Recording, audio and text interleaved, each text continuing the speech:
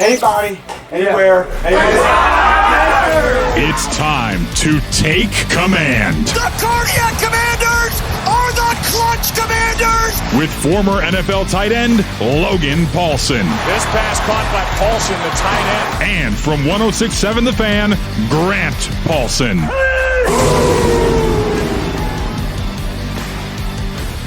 This is Take Command, Logan Paulsen. Alongside, I'm Grant Paulsen. We're with you 3 times a week, Sundays, right after games with a post-game breakdown. Then we've got 2 episodes during the week, Logan's film review and film preview. There is no reason not to subscribe, rate, review, and make sure that you get this podcast in your feed wherever you get your audio. All 3 times we drop an episode. You can also watch us on the 106.7 The Fan and Team 980 YouTubes. Logan, why don't we start with, after a 41-point explosion and a 17-point home win, the offense in this first segment, and where to begin other than with the running game, which got going. The Commanders run for 174 yards in the first half, over 200 yards in the game. Despite not having Jaden Daniels, they plug in Marcus Mariota, who's exceptional in read option, and they don't miss a beat.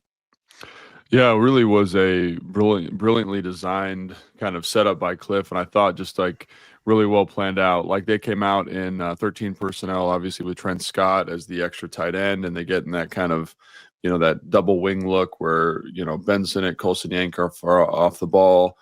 Trent Scott's on the ball, and then they had a couple of different variations where they'd kind of motion to that same look or speed motion that same look, and they ran a bunch of duo, which is kind of double teams across the front. And, it's interesting. Like I remember going back and watching, or I did this yesterday, I went back and watched all the runs that they've had, the Las Vegas Raiders, this entire season, to see like why they felt that they should do that, why that they thought that was important. Because I actually thought that when the Las Vegas Raiders played the LA Chargers, for example, they had a really good plan versus, their heavy 11 or heavy 12 personnel, their heavy 13 personnel, their 22 personnel, and like a lot of line movement, a lot of stunts. And I really felt like when the Washington Commanders came out in 13, it just surprised them, right? They stayed in there 4 down. There wasn't a lot of line movement. And the way that the Raiders linebackers play, they're a little bit like, dogs off the porch, right? They're a little bit chasing a ball like, I'm going to fit this gap over here. No, I got to get back over here. And I thought the implementation of the duo plan for those linebackers specifically was great, especially on those first couple runs with how C-Rod was able to kind of set guys up, get them out of gaps, hit it for 4 or 5 yards. Like he did a really nice job with some of that stuff. So I think the surprise of the personnel, the surprise of the formation, and then the way the backs were able to kind of manipulate the linebackers, coupled with some exotic formations, especially using tempo, I thought it was just a really good way to kind of find some easy outs, in this game. And Cliff deserves a ton of credit. And I'm not sure where that inspiration came from, whether it's just, hey, man, we got to run the football more. We're going to get in big personnel to run the football. I'm not sure what that came from, but you could tell it really surprised the Las Vegas Raiders. I thought it was a masterpiece from Cliff, particularly early in the game. I will say, to your last point, Chris Paul told me in the locker room after the game that this was preached all week long. They were going to come out and basically try to shove the ball down their throat. Like it was a mindset kind of lifestyle thing this week. So clearly they saw something, or they decided at some point early after not running the ball in Green Bay, this is what they had to do, wanted to do. Also, I just think Marcus Mariota is so good in read option. I know they didn't use a ton of it as the game went on, but they hit a couple things, including that 23-yarder on the play where he fumbled. Mm-hmm. And that's something when Jaden gets back in there as one of the better young, talented players in the league, I think he could actually learn a little bit from Marcus. Not to say he's not great at that, but Mariota is so damn good at it. That added something. You mentioned the creativity. They go wildcat early in the game just to show another look with Debo taking a direct snap and Ertz next to him, and they had an unbalanced line. Yeah. Laramie Tunsil, their left tackle, is on the right for that play. Like they just mixed a couple things in to give the Raiders some things to look at. And I'm not sure some of those things didn't have an effect as the game went on either. Yeah, it wasn't like circus. It wasn't like every play, here's a novel formation, right, here's a novel look. I think they did a really good job of getting to them in specific moments. It's like, and Cliff, like when this offense is rolling, he does a great job of this. And, again, like the tempo thing we've talked about so much, but the verbiage and the ability to be like, hey, here's our one-worder for the day. Like, let's get up there, and we're going to be an unbalanced. Debo's going to be a quarterback. And you could tell, like, just watching the film, the Raiders are kind of like looking around, like, are we fitting this right? Are we gapped out? And they're not set. And so even though the run isn't blocked super clean, like guys aren't ready to go, and they're able to kind of, I think that ends up being like I think it was 12-yard run. And then the one with Mariota, that's also off a hurry up. So you get a novel formation off a concept that you run a ton of, right? It's just GT with you're reading the backside end there. Might not have been. I think it was GT. Reading the backside end, and then you're kind of bluffing those two tight ends to get to the corner. And you can tell like Crosby was so effective in this game at stopping the run and moving around, and just his energy was like omnipresent. But like you're reading him, and you could tell he's not mentally ready for what's happening because he doesn't have time to think about it. Like a lot of times people get in these novel formations off of a huddle, they get up lined up, and you can see the defense figure it out as you're waiting. But I thought the tempo element in conjunction with the novelty was really fantastic and put those guys in a little bit of a bind. I'm talking about the Raiders in terms of getting lined up, getting it communicated, and then executing, right? Because I think Crosby's playing hard on that Mariota 23-yard run, but like he just doesn't have time to kind of say they're in wishbone. What do we expect from this? And again, they haven't shown that formation a ton, so it's not like there's a Rolodex. Oh, hey, when they're in near, like with the back offset away from the tight end, they like to run these runs. Oh, they're in far. Well, you know what I mean? Like there wasn't that recognition from him, and I just thought that was a really cool wrinkle as a guy that loves offensive football, and I think a really smart way to maximize runs that are your specialty runs for the day. Commanders called runs on 30 of 54 plays, about 56% this week, which was the fifth highest rate by any team in a game this season. And they gained 188 yards and scored 2 touchdowns on their 27 design runs. 128 of the 188 yards, and both touchdowns came on 17 carries against stacked boxes, so 8 or more defenders. So that's another thing I would point out is they were running because of these heavy looks against some heavy boxes where the Raiders were trying to stop the run, and they were still able to have a lot of success. What did you make of the usage, the play calling, and the offensive design for Marcus Mariota in this game as you went to a backup quarterback?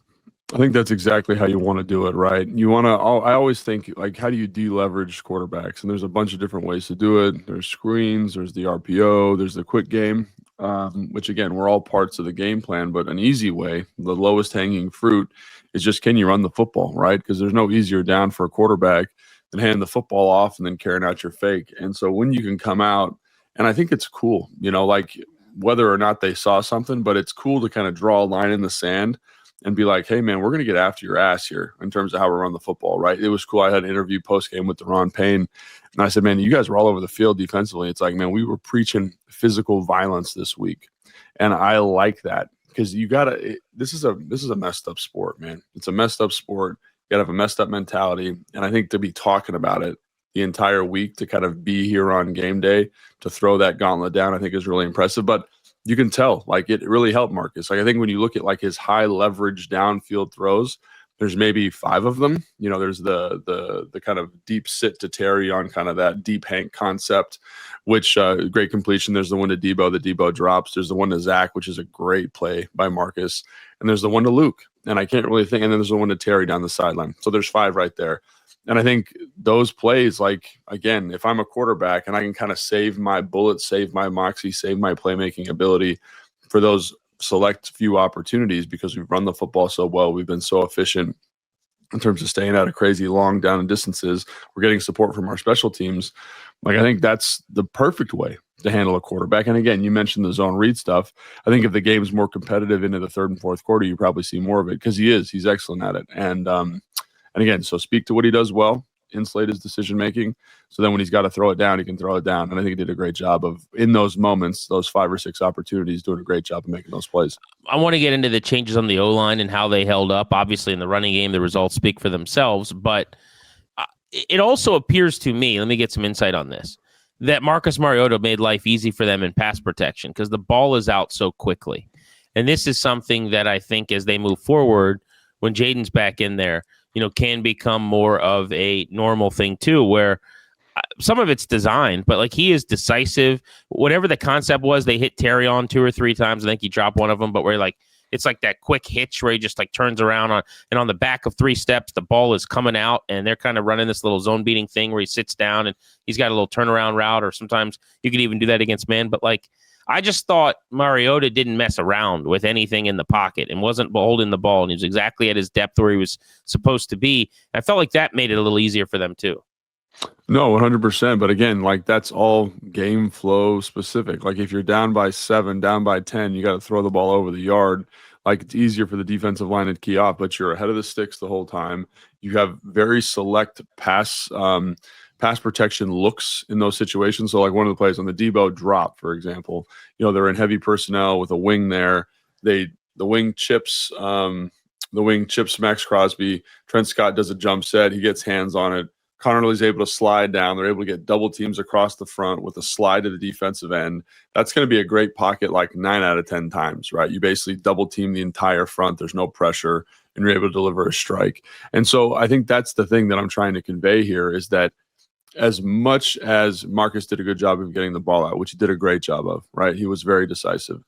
Because of how efficient you were running the football, because of how efficient you were in terms of maintaining positive down and distance, you can get to your good stuff. It's not like, oh shit, man, we got to throw the ball. We got to get in our 5-man pros and like hope our O-line can hold up and make him deal. And I think that's the thing I'm trying to get across is that like it's the game flow allows you to call a game this way, and the game flow allows him to play this way. It's like, hey, Marcus, this is the moment.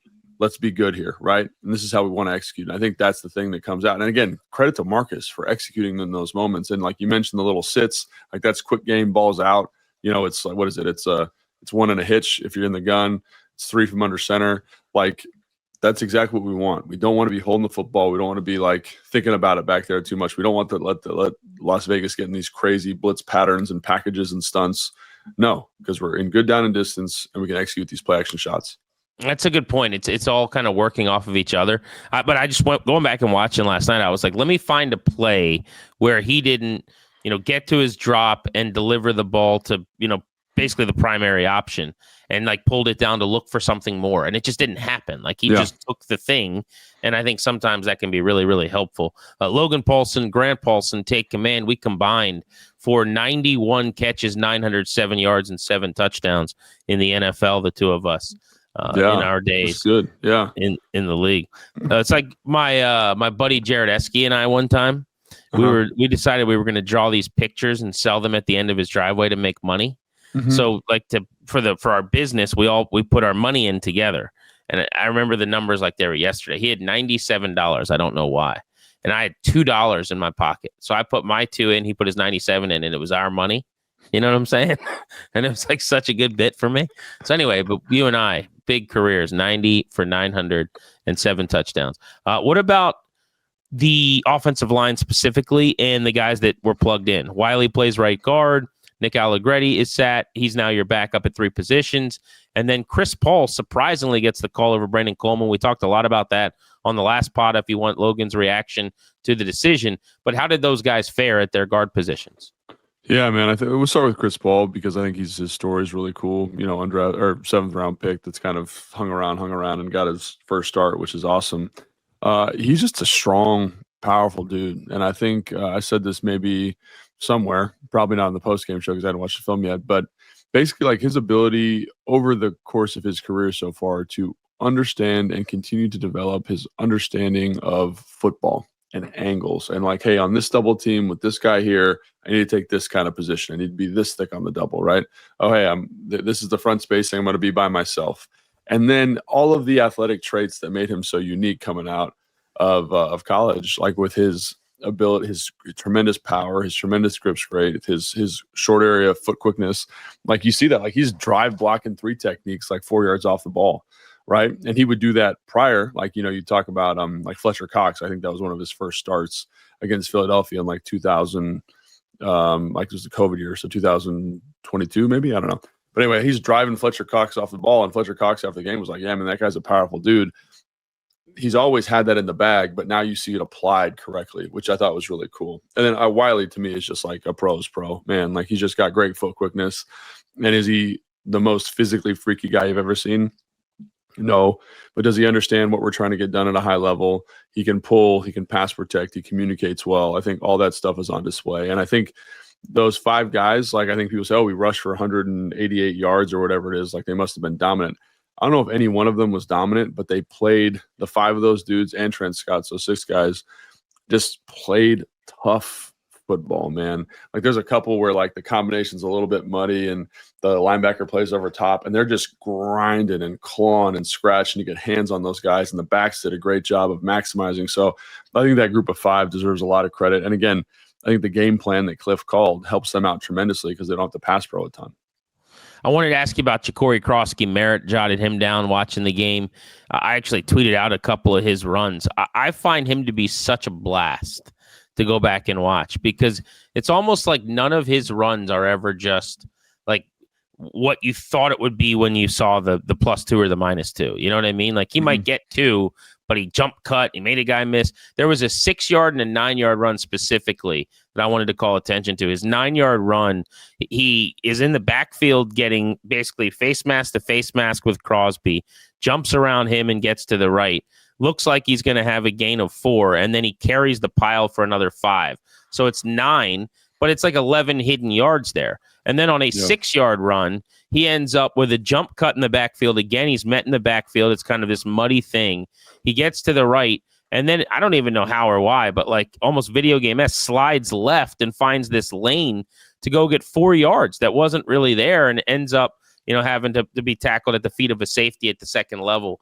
Every one of his runs looks like that to me. Like, I don't know why he doesn't carry the ball more. Now, it's hard to complain about that after this game, where Jeremy McNichols has a 60-yard touchdown. Chris Rodriguez was effective, but he went from inactive to the guy on the field for the first 2 drives when they were going power. Obviously, the design of what they wanted there. But there's going to be a week for me where, like, Krosky Merritt gets 16, 17, 18 carries and no one else touches the ball or gets, like, 2 or 3. Everything just looks like, to me, this dude's the real deal. And I'm just curious of when he starts to, turn up the fader a little bit on work. Yeah, no, I think that's a great point. I think he played really well. But, what's funny is all the backs played well. If you went back, that's what I'm saying. Today, this is not the week for me to, like, wonder or why didn't he get the ball more. Yeah. And if every single week all 3 guys ball, then who cares? But I guess my point, like, if you just watch every one of his runs this year, you would go, that's a guy that I want the ball in his hands more often. Like, and I totally agree. And I think I wanted to kind of make a broader point about the running back room here before double clicking on Bill Krosky Merritt is I think all these dudes, like, it got a little bit murky in the run game, right? Like, I think, the O-line deserves a lot of credit, and they were really scrappy, really physical. But I think the thing that sticks out to me is the backs all did a great job of making the group in front of them better. Like, even Chris Rodriguez on a couple of those early duos and stuff, like, he does a great job selling the run front side, pulls the linebackers over, falls forward for 5. There's a outside zone that they run where, like, the backside linebackers unblocked, like, in the hole, and C-Rod is so patient, runs right at him and then bounces to the perimeter and ends up being like a 15-yard gain. And then you mentioned Jeremy McNichols on his runs, breaking tackles, the 60-yard touchdown, obviously big deal. But Ja'Cory, Bill, I think, does that even kind of to the next level, which is why you kind of feel that excitement, right? So, like, that one play you're talking about, I think I'm going to do a film breakdown on it for my film breakdown show on the Commanders YouTube page. But, I mentioned early how it felt like the 13 personnel kind of surprised the Las Vegas Raiders. As the game went on, they definitely felt it out and were like, okay, in 13 personnel, we're going to get into this front, which is more gapped out. So basically, Trent Scott's one-on-one with Crosby, right? Pinches hard inside, the front side double team. It's Wiley and Connerly kind of gets picked. So there's like a free linebacker running downhill. Connerly does a great job getting skinny, gets up to the linebacker. Trent Scott does everything he can to keep it as flat as possible. So Bill bounces outside Crosby and is running downhill, but the linebacker is coming downhill too, and Connerly's running to him. So he does a great job kind of selling out, sets up Connerly, gets the block, cuts back across, and that's the one where he's kind of gliding across the front.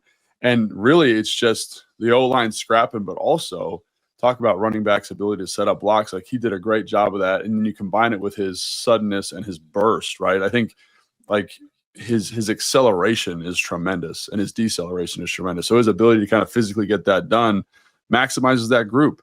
And so all three of the backs did a great job of helping the offensive line in these situations. And it is a symbiotic relationship. But I think, to your point, Bill feels a little bit different when he does it. He feels a little bit more exciting, a little bit more dynamic. And it's the kind of allure of these explosive runs that are just kind of a missed tackle away when he's in the game, as opposed to Jeremy McNichols or C-Rod, I think is the thing that you're talking about, the thing you're referring to. It's like you got to kind of hold your breath for a second because he's going to do something special every time he touches the ball. The numbers that back up your point too, by the way, on them helping the line and kind of getting more than was there sometimes. Plus 69 running yards over expected against heavy boxes was twice as many as any team has had in any game this year. Wow. So that tells you, like, with all that muddy stuff going on and a lot of people in condensed areas, they were making people miss. And you think about 3-on-1 play in terms of forced missed tackles from Jeremy McNichols on the 60-yard touchdown, just as an example. Logan Paulsen, Grant Paulsen. Before we go to the defense, one last thought here, and I got to be quick, but I do want to call attention to these guys because they've gotten beaten up a little bit, and that's Luke McCaffrey and Ben Sinnott, two players who are top 50 and the top 100-ish draft picks from a year ago. Sinnott, according to Dan Quinn, played the most he's ever played and played the best he's ever played. Mm-hmm. Now, you could do that as a tight end without being targeted or catching a pass, and that's what happened. He was key in the blocking game as they asked him to do more without John Bates. And then McCaffrey had a career day, first touchdown, 43-yard catch and run that was mostly schemed up, but he did show some speed to get to the end zone, and he had 3 for 56 in the fourth quarter after Terry's quad injury. So all of those things taken into account, I mean, if you're this staff, I think you got to feel really good about getting those two guys more involved. Absolutely. And I think there was always this kind of trepidation, like what happens when Ben gets more opportunity, not because he's not working hard, not because he's a bad guy, just because, like, in his limited opportunities, there was always questions about, is he doing the right thing 100%? Is he locked in? Like, those kind of things. And I felt like he was great in this game. Really, like, understood angles, was very physical. Like, he's always been physical, but the toughness, and then, like, the detail on the work. Like, he had a play, I think it was Marcus Mariota's second zone read where he's running to the offensive left and Ben's out on the corner. And, like, last year, the corner would have come up, fit his outside shoulder, Ben would have hit it, and then forced Marcus to cut back. But Ben did a great job attacking it, throwing his hat outside at the last second, securing that block, allowing Marcus to get, like, probably 3 or 4 more yards. And that's the type of detail that really takes you from, like, a good rotational backup player to a guy that deserves to play more on Sundays. So, like, in terms of, like, what you've always been asking, like, what do you need to see from him in terms of getting more opportunity? I thought this was a really great data point for a lot of that stuff. And, like, there's stuff on those those duos versus heavy boxes, I'm speaking from experience here, are incredibly challenging to target because you're like, is that the safety? Is that the nickel? Where did he point to? Who's my guy? And I don't think he messed one of those up, which is great to see. Now, did he play a perfect game? No, but did he play well and was seemingly locked in on the details in a way that he hasn't been? I thought so. And I think he deserves a ton of credit. Luke McCaffrey, I think it's great, man. And I think the thing about Luke is receiver is so fickle. It's up and down, right? Did you get targeted? Yes or no? Like we were talking about in the preseason this year, how there's a couple times he's wide open on the sideline and the ball just doesn't get to him. Here, and even during training camp, it was the same type of thing. He'd catch the ball, get tagged, whatever. Here, I thought, great job making plays down the field. Excellent work. But also I felt, and maybe I don't want to speak for you, Grant, but I felt like he showed that athletic potential that we've been seeing and kind of touting from him in terms of his speed and athleticism. And I think that's something that to me kind of indicates that maybe it's coming along for him a little bit from a mental standpoint, which I think is really exciting because if you can get more out of him, if he's playing more confidently, if he's kind of playing at the speed that he tested at, like that could be a really valuable, dangerous weapon for this offense, especially kind of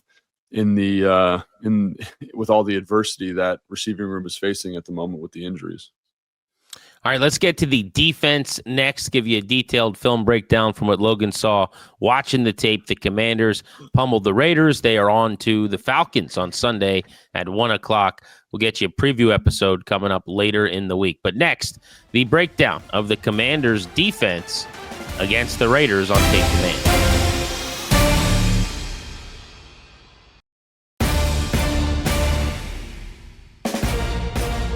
Welcome back. Take command. Logan Paulsen, Grant Paulsen, breaking down the Commanders' big win, 17-point home victory over the Raiders. So let's get to the defensive side of the ball. I want to start with Bobby Wagner, who shined. 11 tackles, 2 sacks. You'd never know this guy was 35 years old, and he was awesome as a blitzer coming downhill in this game. 5 pressures on 7 pass rushes against the Raiders with the 2 sacks of Geno Smith. And quite honestly, I think Joe Witt Jr. deserves as much credit for those sacks as Bobby does to a certain extent. And like I think about the first design of the blitz, and it was really well crafted. You get kind of out in your kind of 5-man front, your odd spacing where you got, I forget who's in there, but it's like, Dorrance over the tackles, and you got edge players out there. And so there's a couple ways to handle that 5-0 protection. One is you can identify the blitz pattern correctly, right? And you can send a slide a specific way. We can slide everybody right. We can slide everybody left. Another way is to go 5-0 or man or money, some people call it, where, hey, there's 5 bigs on the line of scrimmage. We're going to have 5 offensive linemen block those guys. And in that look, like Bobby he's kind of doing a good job disguising it, but then attacks the A-gap after the 5-0 call. They zone pressure, drop some guys out, and it ends up being sim pressure, so it ends up being a 4-man rush. And basically because of how they distributed the protection, like 5-on-5 initially on the set, there's nobody in the A-gap, so he just runs free to the quarterback. And so I think that's a really good job of Joe Witt Jr. understanding kind of the Las Vegas Raiders protection plan specifically on third down, right? And then the other one I think was great too. Like they walk everybody up. They target the protection of Frankie Louvu. They're sliding to the left. They're going to put the back on Bobby Wagner.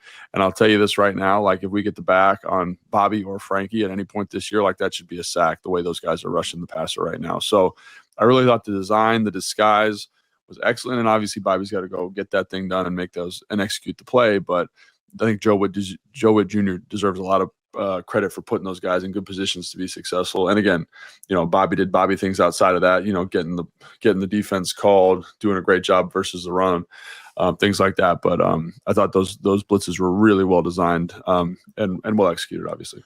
It's obviously a weakness, too, of the Raiders. Something we talked about on the pod last week was Genty in pass protection had some really, gross plays and some bad tape. So I'm sure that they wanted, even if they did have a back there to take on an oncoming backer, they wanted to get those guys coming downhill in the backfield and see where it got him, and it clearly worked. Dorrance Armstrong had another good game.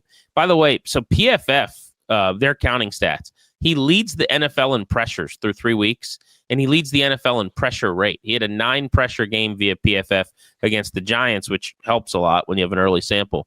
But that said, I mean, that matches my eyes. Like, this guy's playing his butt off. He has 3 sacks through 3 games. And then if you go back to the playoffs last year, Logie, the 3 playoff games, he had 3.5 sacks. So you're talking about his last 6 games played, 6.5 sacks for Armstrong, who's the leader in pressures this year via PFF. And again, like you said, you feel that when you're watching the tape. You feel him kind of when he's in the game. You got to kind of keep an eye on him. And again, like he drew a favorable matchup this week with that their right tackle Glaze, who really struggled in pass protection. Von Miller, Dorrance gets a sack on him. Vaughn gets a sack on him. Dorrance has another pressure. Vaughn has another pressure. Like, that's tough living for that kid. I don't know that much about him, but like, when you have a matchup like that, you got to win it. But I also think you see Dorrance's flexibility and how it leads to great rush opportunities. So like there's a couple of times in the Giants game where he's lined up over a guard. In this game, he's playing a little 3 technique, which is, again, not what you'd expect when you see his body type. He's not an overly big guy, but he's physical. He's smart. He's got great bend and great feel with the hands and really good power as a rusher. So, does that number normalize a little bit maybe as the year goes on? Sure. But I do think he's got a really nice skill set. And it's the skill set that he showed in Dallas when they brought him in. And so like last year, you started to see it come on in the playoffs. And I think you're starting to see him kind of just build off of last year, the second half of last year. And I think, everyone was like, where's the pass rush going to come from? But I think he's going to be a huge part of that. Yeah, he certainly helped to answer that question. When you see a game like this against a line like the Raiders, how do we divvy up, like, how much of it was good Commanders versus bad Raiders front? Kind of the question we asked against the Giants in week 1 a little bit, because you mentioned the right tackle, but just generally, that was a fairly unimpressive, uninspired job by their offensive line, I thought. Yeah, like Kappa really struggled their right guard. Their center's a backup guy. Like, it wasn't great, and I think you feel it when you're talking about like Ashton Genty and his runs. Like when you're on the sideline and you're standing, I like to stand like either right behind or kind of catty corner so I can see the run lanes and stuff. And there's like no air. Like he's getting hit in the backfield every time. Like in pass protection situations, it's like, well, how about this number on that? So Genty, he had an okay day because he popped a couple, but 14 of his 17 carries were 3 or fewer runs. And of those, I think 9 of them were 1 or fewer. Like backfield line of scrimmage, 1. So other than his 3 carries where he got a little bit of space, he had 18 yards on 14 carries and then 3 other carries in the game, to your point. Yeah, 100%. And so you're kind of like, why is that? And I think the defensive line deserves a lot of credit. Payne, had a solid game as Goldman, man. He played really well against the run. Like his ability to get hands-on, compress running lanes, be physical, take on double teams. He deserves a shout-out. I thought he played really, really well. In terms of allocating credit, I think it's impossible. Like I felt like they should have had this type of performance versus that group. Just like from, you mentioned the short rest week, kind of being a little understaffed, playing a couple backup players, right? All that kind of thing. And then, like the way our group has played over the first 2 weeks of the season, like I expected them to come out and do well. And so that being said, like they're playing the Atlanta Falcons this week, and I just watched some of them yesterday. Like the Atlanta Falcons are crazy banged up, right? So I expect them to have a similar performance. And I think the question then becomes like, do they or can they have this type of performance versus some of the better offensive lines in football? The Rams, the Philadelphia Eagles, the Detroit Lions, right, to a certain extent. And the answer is I don't know, but I can't wait to watch that matchup because I do think that not only are there are a bunch of guys with good pass rush and physicality instincts, I think they also get schemed into good roles, specifically in pass rushing situations. So I don't know. This is the test they were given. They aced it, and I think they're going to ace the one next week versus the Falcons. Yeah, that's what you got to do. You play who's on the schedule, and when you get a bad offensive line, you try to dominate that offensive line, and they were able to pull it off. How about Will Harris's injury? He breaks a bone in his leg. Now, if you're going to break a bone, it's the one you want to break, I guess. It's a weird thing to say. Easy for me to say on the couch, eating chips and dip. But what do we think here about that injury?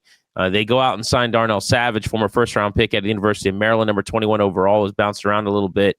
How has Harris been playing? What do they miss when he's not on the field?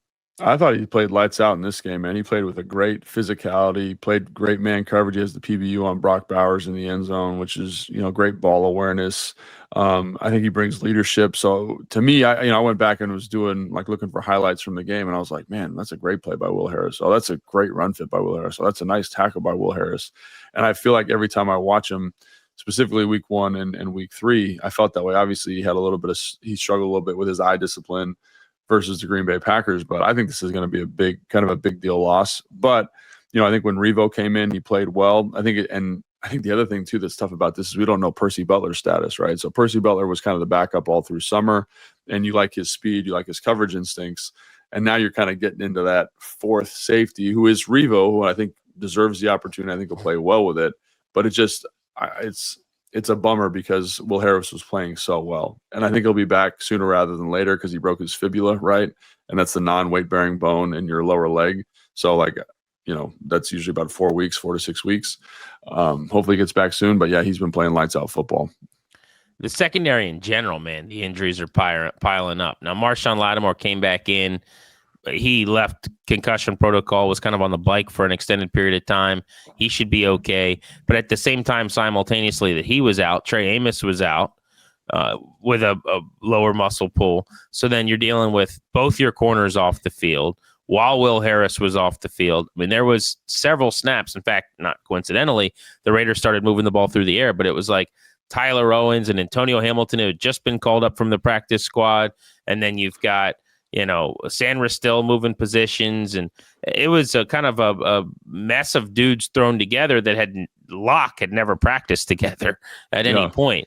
Now, I don't know if the Falcons are the team to take advantage of a beleaguered secondary based on what I saw this week. They lose 30-0. Michael Penix looked terrible. He struggled. He's got more interceptions and touchdowns this season and in his career at this point. But they do have weapons. I mean, Drake London, Darnell Mooney, Ray McLeod can route you up. Kyle Pitts has speed. So you're going to get tested. I wonder about the state of the secondary here coming out of this game and what you saw from some of those guys that did get thrust into action. Yeah, I think it's more. I think there's a nice physicality. Like Revo, man, gosh, does he pop when he's on film? And I think He's so Tyler, violent. he's He so is violent. angry and it's awesome to watch. He just plays with such great energy, and like he's Yeah. one of those guys. Like there's certain guys, like I played for a long time that can tackle with such aggressiveness that I'm always like, how did he not hurt himself? Like Nick Ballor's a little bit like that too. You're like, how did you like do like almost like a side pirouette into that tackle, jack that guy up, and not knock yourself out? And Revo's got that same kind of ability, which is cool to see. And I think it's great for the secondary. Tyler Owens, you feel his athleticism, man. He covers so much ground. It's so fun to watch. However, he does have some issues consistently tackling. And the other thing, too, is like when the mental load goes up for him, you saw this in training camp, he becomes a little bit less effective. So can you balance that if a compilation of those guys needs to play? And I think you can. I think the important thing to remember too is that they'll have a week of practice going into this Atlanta game, which will be really helpful. Kind of get everybody on the same page, get everybody locked in. And I will say this about Atlanta, man, they are struggling offensively. There is definitely a ceiling on that offense in terms of like they don't feel comfortable pushing the ball down the field. And I'm like, if Michael Penix is my quarterback, I want to be throwing this thing, huck this thing down the field. I just don't think they trust the offensive line and pass protection. And they're doing this wacky bit. We'll talk about this more on the preview show, but I can't not talk about it now because it pisses me off. It's like you are a run first play action team, but you don't play action the football. So you're putting the offensive line in these really weird situations where you're asking them to do a lot of drop back. You've got a backup right tackle in. You're nicked up at center. Like it's what I'm saying? It's just like, it seems like a weird deal. Well, you're getting to one of my hot takes here, which is the Zach Robinson thing, man. Their offensive coordinator. I don't understand, really dating back to last year. I watched them a lot following Kirko Chains. And like, I don't get it. His Kirko Chains?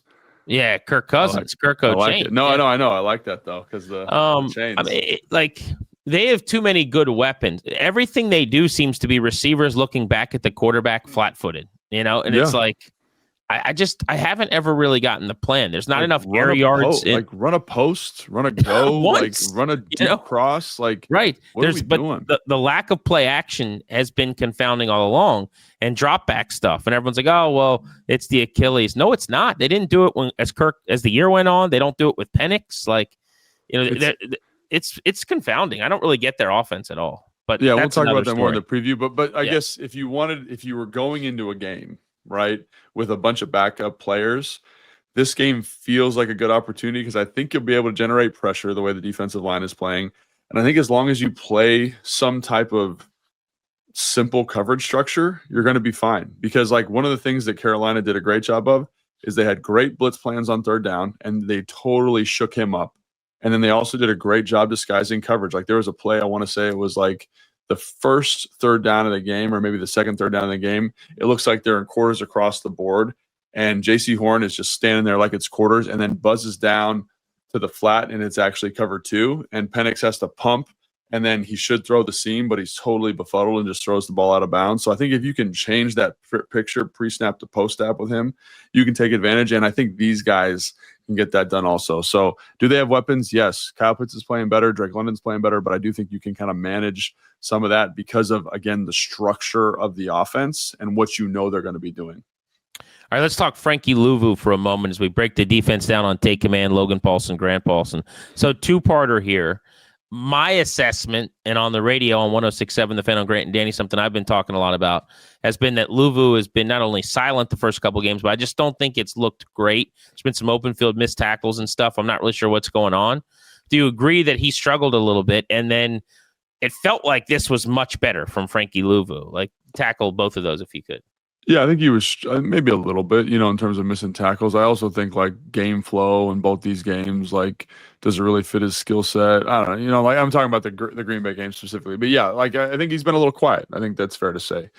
And what I would say is this game, you felt him. You felt his ability on, like, there was a trap play where the tackle like works up to him. They're trying to trap the three technique, and his ability to wrong arm rip, kind of fight this big tackle off and make this tackle for a 1 yard gain was great. He had some sideline to sideline stuff as well. Just thought he was much more active, much more consistent with his run fits. And it showed up. I think he had 7 tackles, maybe more, 7 solo, something like that, whatever the number was. And so, yeah, I thought he was much better. It was nice to see him and Bobby Wagner kind of get back on track. And I really thought, like those two guys were like the backbone of the defense. Like we've come to expect them. So it was a really nice kind of return to form for them. And lastly, one other guy to bring up, Daron Payne. For the second time in 3 weeks in both of these home games, I feel like has just been a man possessed up front. When he's going good, like in this game, and when you see him so impactful, it's funny. You said something earlier. He told you like they preached violence or something like that. Physical violence. Yeah. Yeah. Well, that's how he played. There was a play. Did you see the play where he destroyed Geno Smith?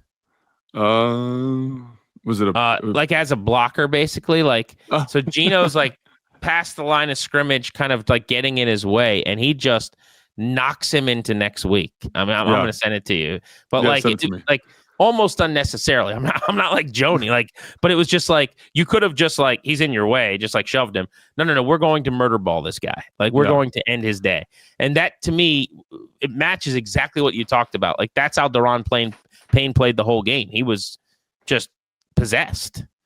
Yeah, and I think. The thing that I love about him, the way he's playing right now, is he's playing to finish to the football. Like they ran a screen, I want to say, in the third corner, like a little bubble screen, and he is ripping out of the stack to go make that tackle. And that's when you see a guy who's 335 pounds run and move the way he's moving, like it's impressive. The way he's rushing the passer, I think he's doing a good job, especially with some of the stunts and games they're running with him. I think he's become like a much more like a leader of the defense in terms of play style. And I think it's, Joe Wood Jr. talked about that a ton this offseason. Like, oh my gosh, like he's in this great spot. Oh my gosh, like look where he's at. He's in great shape. And you're seeing that week in and week out, quite honestly, because he balled out against the Giants, a little quiet against Green Bay, but everyone was quiet against Green Bay, and then came out this week and just was a dude. And I think that's cool to see from a guy who's been a commander for such a long time. All right. Anything else on defense you want to hit before we come back and discuss an explosive day on special teams? Yeah, I think watching back the film too, the other thing that stuck out to me is the opportunities for turnovers. Just a couple times, I think 2 or 3 opportunities where the ball gets tipped up, it's in the air, and they just can't quite pull it down. I think that thing's coming. I think with Dan Quinn preaching, ball is life, that's something I can't wait to watch versus like Michael Penix, for example, see if they can get a ball out and, help kind of bring that element of the defense to life. 0 takeaways so far this season in 3 games. Now they only have 1 turnover. It was the Mariota read option fumble. So they're -1 for the season. So it's not like it's been an issue. But yeah, as much as they preach, go get the football, be around the football, I think that's pretty telling. They don't have a takeaway yet. Here, I'm just going to show you this and you can react audibly for people. So this is this Payne play. Okay, you're going to see him just end. Oh, my God. So this is on, I think, like a read option type look. Jesus. That's Geno. He's just destroying. Wow. I mean, hey, there's no puppies out here, man. That's you right. Mess with the big dogs, man, they're going to bite. And that was you should definitely post that clip. That was gnarly. It's absolutely insane. All right, he's Logan. I'm Grant. This is Take Command. Let's talk special teams next.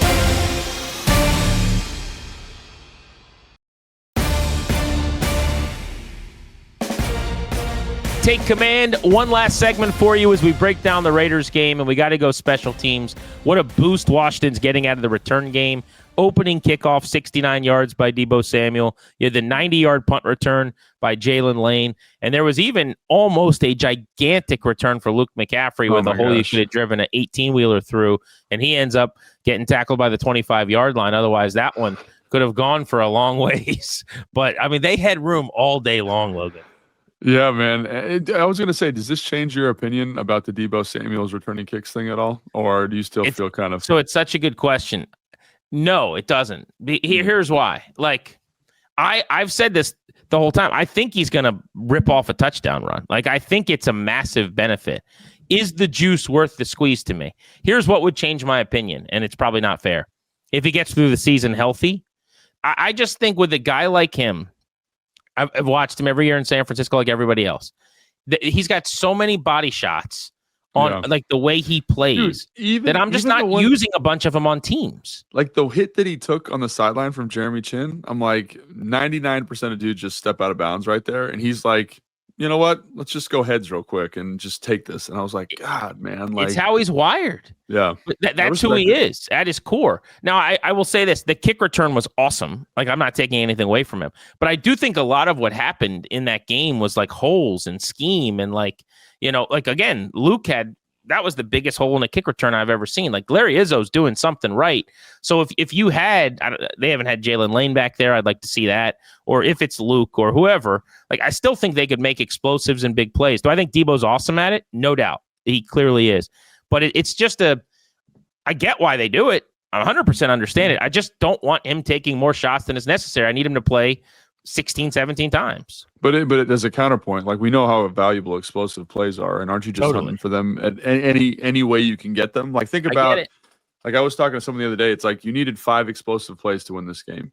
2 of them come on teams, and then Marcus only has to find you 3, and he does a good job of finding you those 3. But I think like there's something to that. If he's the most dynamic player on your team, and I'm with you. I want him to be healthy. I think I get a little bit leery of the body shot thing, but like, he just seems like so good at it. Like just one of those guys that has such a good feel for it. It's like, is that why you got to kind of stick him back there and let him run? Eckler last year was their kick returner. Okay. And this is not like taking a victory lap, but they said the same thing about him all year, which is like, he's so good at it. He's going to pop one. By the way, he returned a kickoff for a touchdown that got called back on the opening kick of the season. Like, look at how many big plays he made. It was the same thing. It's like across the 50. You know what happened? He ended up getting a terrible concussion on a kick return. Now, I'm not saying that like that happens every time, but it is just a juice worth the squeeze thing for me. That there are other explosive guys, but it works. And like, I get why they do it. I mean, they're going to get one of these every couple of weeks, probably. Maybe not 69 yards, but he's had one a week so far, right? He had one against Green Bay. Did he have one against New York? Like, I don't remember. But anyway, you mentioned the scheme. Like, they've done a great job, Larry Izzo, like on the return from Debo. Like, it really plays like a power or like a traditional lead, right? You kind of get that double team at the middle of the field on the 5 technique on the L5, I think you kind of wash him across the formation. And then I think the 4, plays out around. And so there's this cavernous hole because you're double teaming the guy down. This guy's running out of his lane. And, Debo hits that thing. It's the same thing on the Luke's run. And so schematically, I think they've got a really good feel for how to execute some of that stuff. And again, I don't know how good Las Vegas special teams is, but man, it was great to kind of get the juices flowing early. And then on the Jalen Lane return, man, like, talk about a well-executed return. And what I mean by that, because people don't watch a lot of special teams, is you talk about leverage, right? So if it's a middle return, I need to be on the inside of the person that's covering the kick. And there's guys that are running down on bad leverage, that are switching leverage mid-return, just getting in the right position. Jalen Lane makes number 20 miss in one of the most egregious tackling attempts I've ever seen. Like, dude, like, did you see it? Have you seen it on the film? No. I watched the play. I didn't notice that. Yeah, his feet are literally in concrete. It's like he doesn't even make an attempt at the tackle. It's kind of, I thought, is that the long snapper? But no, it's the PP. So what's that like watching tape the next day with your boys? Dude, like I've had a couple bad plays myself, surprise, and it's the worst feeling. And the thing that you're praying to God that happens is that, hey, I hope coach does not show this in the team meeting where everybody sees it. I hope we just kind of hit this in special teams real quick and then get out of here.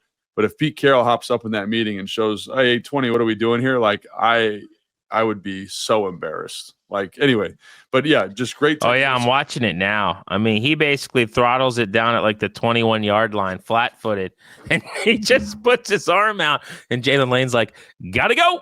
It's a bad look, let's say, but yeah, everybody else is in great phase, great blocks, great job by Noah Benogany on that. There's the gunner or the I think it's one of the guys on the interiors running down free. They're in a vice. He comes off the vice and kind of gets that first block to start Jalen Lane going. So really just great job on the explosive plays. Well executed on both, well blocked on both. Obviously the runners do a great job. And like you said, there's probably more meat on the bone there with Luke if he gets one. And then Jalen Lane had a nice like little 15-yarder on the sideline where he made a guy miss and got up, and you kind of were like, oh, here we go. So I think both those guys are kind of as advertised when it comes to the return game. Well, on every return by either of those guys right now, Debo on kicks and Lane on punts, you feel like they could make a big play. And like even to the point where right now you're like, Could they break this one? Could this be a score? It's been so long since I felt that way. Yeah. There was a while around these parts where you're just like, is the offense going to get the ball back as this team's punting? Like seriously, And it's funny. I actually asked Jalen Lane yesterday. I had him on the radio show on The Fan. And I said, like, what is your mindset as a punt returner? And I was getting somewhere because I wanted to talk to him about his actual philosophy of like, he is straight up the field in a way that you don't really see anymore. Yeah. Like, there is no wasted movements. But he said, my mindset is about that. Have you talked to B Mitch about that, by the way? Oh, over the years, a bunch. B Mitch gets so juiced for the way Jalen Lane returns kicks. But anyway, go ahead. As well he should. He looks like Brian in a sense in that way. Like Brian never went horizontally ever. You could have returned that punt in a phone booth. It's like no wasted movement, and that's how Lane is. But I asked him about his mindset, and he said, first, the number one thing I think about is the offense has to get the ball back. And I just thought that was so smart and so cool. And then he goes, number two, I'm trying to get a first down. He's like, I want more than 10 yards. He's like, number three, if I can make a big play, like, let's rock. And so I just loved that. You know what I mean? Of like, because that's every punt you feel like he's going to catch it. And the offense will start over again, and like that was not the case for an extended period of time. But they're in a really good place in their return game. I think they've done really well after what was an awful preseason in coverage. I mean, they gave up so many big plays. Now, I wasn't overly concerned because you don't know who's out there and who's not and what players are making the team and who isn't at different points. But regardless, they've been good there. The one elephant in the room is the kicking game. With Matt Gay, another missed field goal, and I can do missed 50-plussers even in this era where nobody misses pretty much inside of 58 now. Right. Like you got Will Reichert making a 62-yarder for the Vikings. We had a 67-yard attempt last night. For people that don't know, they've changed the way they do the kicking balls. So instead of like having these like separate balls that you don't get to mess with until the last possible second, you can now like basically sleep with your football. Oh, is that real? Oh, yeah, dude. So that's why the length of these kicks. Yeah. It's getting crazy because those guys get crazy about that thing. Well, they're able to. The malleability of the ball. Totally. And it's added. I've talked to a couple guys about it. Like the length through these kicks is partially responsible to that. But anyway, I mean, we're seeing college kickers now make 58-yard field goals this weekend. There was a high school kid in Pennsylvania that made a 60-yard field goal this week. Like the length on kicks is outrageous. So it's not good enough to just say, oh, he missed from 54. Like that's not the league anymore. That said, you can more live with those where Gay missed 11 of his 14 the last couple of years, 50 plus. He missed a 37-yarder in this game. So now you're starting to get into like, is this mental? Is this starting to become a problem? He bounces back. He's true from 46 and 56, but he did also kick a ball out of bounds right after he scored a touchdown. It's 7-0, kills momentum. So there was enough in that game where you go, all right, this is not less of an issue than it was before Sunday. So, like, here's my first question to you as a player. Is there, like, resentfulness is the wrong word, but when it's a kicker who's screwing up and there's this feeling in the locker room of, like, come on, man, you got one job. Like, does that weigh on people more than, like, if a receiver's dropping passes or something like that, or is it all the same? I think, yeah, it does. I mean, you know what I mean? I'm not going to, like, sit here and sugarcoat that. Like, I played with a couple kickers who were just consummate professionals, never missed a kick. They were always on time. Like, this is the thing. So, like, Robbie Gold, remember him? I was with him in Chicago, and I was with him in San Francisco. Yeah. Great pro. He was, like, the special teams captain. So, like, every special teams he would come to. He'd sit in the front row. He'd take notes. Like, he doesn't need to talk about freaking kickoff return. Like, he doesn't need to be there. But he's there. He's supporting the guys, right? So, if he's messing something up, but it's not going super well, or he's dinged up, like guys are going to be super supportive because I know it's important to him. Like it's like he wants to be the best version of himself. There's a reason he kicked for like 15 years in the league, right? I've also played for kickers who they don't come to special teams meeting unless it's a field goal or kickoff, and they go golfing like when like during training camp or whatever, and you're like, okay, or they're on the sideline like playing around and not locked in. And so those guys, when they mess up, I'm like, okay, yeah, like how was the putting green last week, bro? Like let's get the like I have much less tolerance for that. So I don't know if I don't know the kicker very well here. I know he's had a good career prior to this. I know kickers go through these little difficult spats. If he's handling it the right way, if he's approaching it with a certain amount of professionalism, I'm going to give him his leash, right? But if he's not, he's goofing off and he's playing ping pong in the locker room all the time and not coming to meetings, like I'm going to be a little irritated, right? It's the same thing with the receiver. I'm glad you made that analogy. Like when the dude's putting in the work and grinding and working to get better, like I'm going to be patient with him. But if there's a guy that's not putting in the work and gets this opportunity game and messes it up, I'm like, well, forget that guy. You know what I mean? Like that's just how it goes. And so depending on how he's handling the locker room, the meetings, his preparation, I think guys will be patient or not patient depending on how he's handling that. Well, let's face it. Part of the leash he's going to get too is he got a lot of guaranteed money. I mean, he got the biggest contract on a 1-year deal guaranteed that a kicker's ever been handed.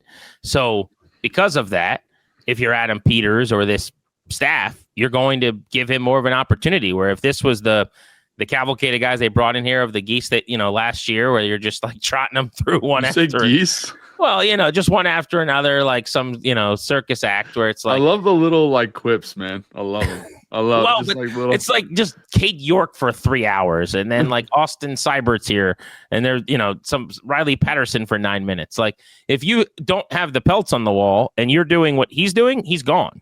Yeah. But when I've given you $4 million guaranteed, and it's not like for no reason, and you've also got a track record and a resume, and we think you can get right.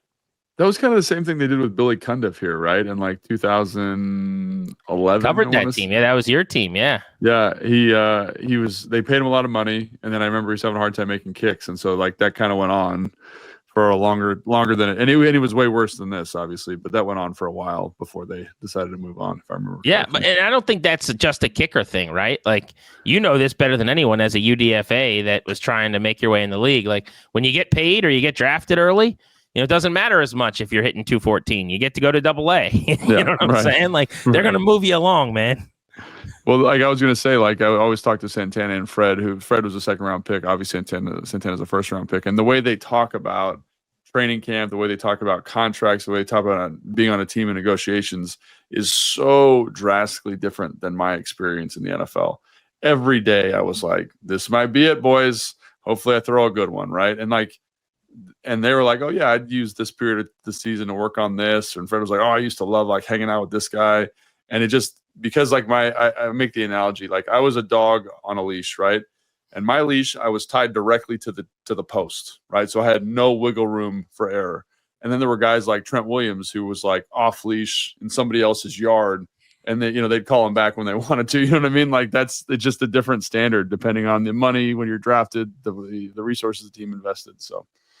That's an unbelievable analogy. I like that. Well played. That's why you come for the X's and O's analysis and you stay for the Logan Paulsen being clipped to a tree with 1 foot of space to operate with. Thanks for listening to Take Command or watching, however you took us in. 106.7 The Fan, Team 980 YouTube's audio available wherever you download your podcasts. We give you 3 a week. Next up, we've got a preview of the Atlanta Falcons. Start looking for that in your feeds on Thursday. For Logan, I'm Grant saying so long. Thanks for checking us out on Take Command.